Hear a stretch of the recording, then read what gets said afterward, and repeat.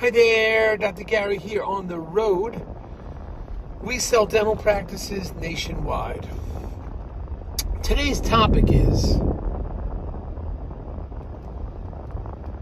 when all goes haywire because attorneys and banks screw it up. So wait till you hear this story. Again, we try to give you live action from the street. We feel we're the cops on the beat. We're the reporter from the front lines. What we tell you happened hours ago. We don't have time to go into some fancy studios and wear some fancy suits. No time for that. So, interesting story what happened. But these are real stories. So anyway, before we get into it, as you know, we're in multiple states now. We have 10 employees, including 2 CPA accountants, marketing director, operations director. We have a great team and like 5, I think, development acquisition team members. So we're here to help you. Now, we are available to you 363 days a year. We take off Christmas and Easter. You can reach us from 8 a.m. East Coast time till 9 p.m. Our phone number is 201-663-0935, and our website is dentalpracticeguide.com or nationwidedentalpracticebrokers.com.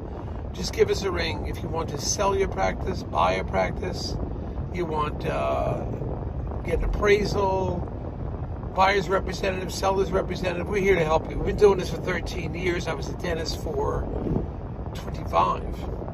We've done hundreds of transactions, so we can help you with virtually anything. We've been through so much experience to share with you. And we're still learning. We still don't know it all, because it's always a surprise, just like today's story. What a screw up this was. But we'll go over it with you. Now, if you think everything you're about to hear is for entertainment purposes, it's not legal or business advice.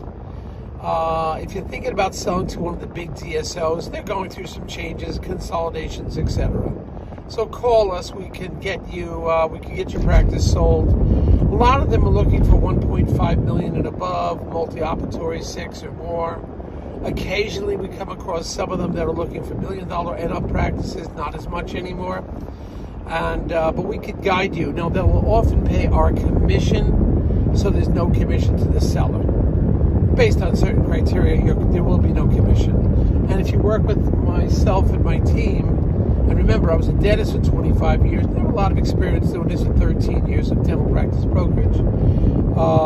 We'll get your legal fees reimbursed upon successful closing based on certain criteria. That's worked really well. Now, what happened this time, what a screw up and haywire this is. Now, you may think all is going well. And again, we were fortunate we had good dental attorneys and a good dental bank, but things still got screwed up. If we didn't have them, just imagine, I could just imagine what would have happened in this situation. Drove us crazy. So as you're approaching closing, this thing was delayed and delayed and delayed and delayed. As you're approaching closing, finally they create the closing statement. It's one document that has what the practice is getting, selling for, who's getting paid, what vendors are getting reimbursed, how much the broker or myself is getting paid, the attorneys, their money is getting paid. So everybody who owes everything is on that document. All the debits, all the credits. One document. It's your closing statement. It's similar to to a housing closing statement. A little more complicated sometimes because in dental we have more moving parts. But regardless, it's usually 1 or 2 pages. It defines all the debits and credits. Who's getting paid, how much you're getting paid, how much is owed, what's getting paid out, what the vendors are. One document. All right? So now, document gets created, and you would think, well, the banks and everybody else is going to use this closing statement as the guideline, right? This is your guideline. This is where all the money's going. So, guess what happened? They have the one column of how much money in total the seller is receiving. Below that is debiting out vendors that are owed money. In other words, let's say it's a bank or something. Let's say you had a piece of equipment that you're paying off. They debit that out of it. Then they debit who else is owed money, the broker, the attorneys, and so forth. Maybe utility company, maybe debt owed by the seller to another bank. It's all on there. So you have how much the seller is receiving for the sale of the practice, dollar amount on the top, subtracting out all the debts, everybody who's owed money, right? Okay. And the other column, it says what the buyer has to pay, and has all the credits and debits, the buyer. So it should flow and everything should balance out. And you assume the banks, the attorneys are going to follow this guideline. So guess what happens?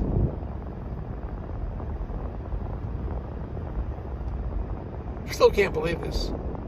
That's why I say you cannot relax even after the closing. And I'll explain why. So the parameters here are, we happen to have a good dental, very good dental attorney. We happen to have a great, that was for the buyer, a great dental attorney for the seller, and a well-known dental bank. One of the top 3 in the country. But it was a perfect storm of screw-ups.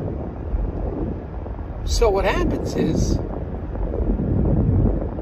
we go to closing, and the disbursements, which means the electronic wires, were coming directly from the bank.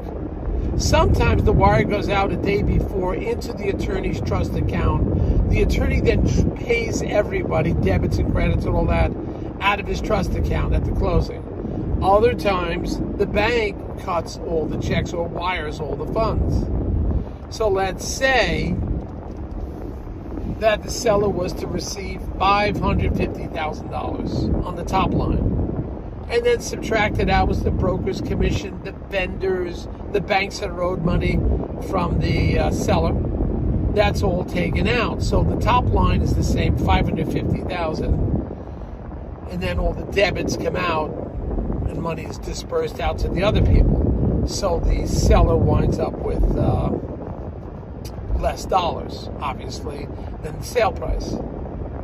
But the bank is still issuing the same dollar amount of the $550,000. It's just that in this situation, the seller of the $550 may only get, let's say, $450 or $475. X number of dollars are going to the attorney, X number of dollars are going to the bank that's owed money, or the leasing company, X number of dollars to the utility company, maybe, X dollars for the commission to the broker. But the top line is still the same amount of money that the bank is sending, right? So what happens? Bank sends all the money to the seller. None of the vendors get paid. The attorney doesn't get paid. The broker, myself, doesn't get paid. So what does that mean? It means that we have to collect our money now from the seller because they have all the money. And none of the other monies that were owed, debts, were never paid. So think about this. The closing occurred, the transfer occurs. So the leasing company, technically, they still have a lien on the practice because they're never paid. They were supposed to be paid off at closing. Or the other bank paid off at closing. They're never paid. So you go through the closing, they're not paid. So that debt or lien on the practice still exists. So now the buyer's in trouble because what he thought was going to be his debt-free, the equipment debt-free, he doesn't receive. The attorneys are owed money. The brokers owed money. Now we have to get our money from the seller who got the big fat check because the distribution on the closing statement wasn't adhered to. I know this is not supposed to happen, but this just happened. This is reality. I don't know if you're going to read these in these articles you read about how, what do they call that? Seamless transition? Yeah, tell me about it. This is a major screw up. I still can't believe it happened, but it happened. So we have to somehow resolve this, and it's getting resolved now. Luckily, we have a compliant seller that's going to distribute the money, we believe, out of their own checking account, because the distribution of the different vendors and professionals that were owed money were never paid. So this is a major screw up. Why didn't the attorneys pick up on this? They should have picked up on it and see what was going on as the money was getting transferred and put a stop to it. But they didn't.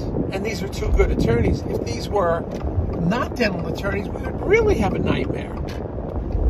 Luckily, the two attorneys knew each other. They had an establishment with the bank themselves. They had relations with the bank, so we all knew what was going on. Now, the bank is, has pie in their face. The attorneys have pie because nobody was paying attention.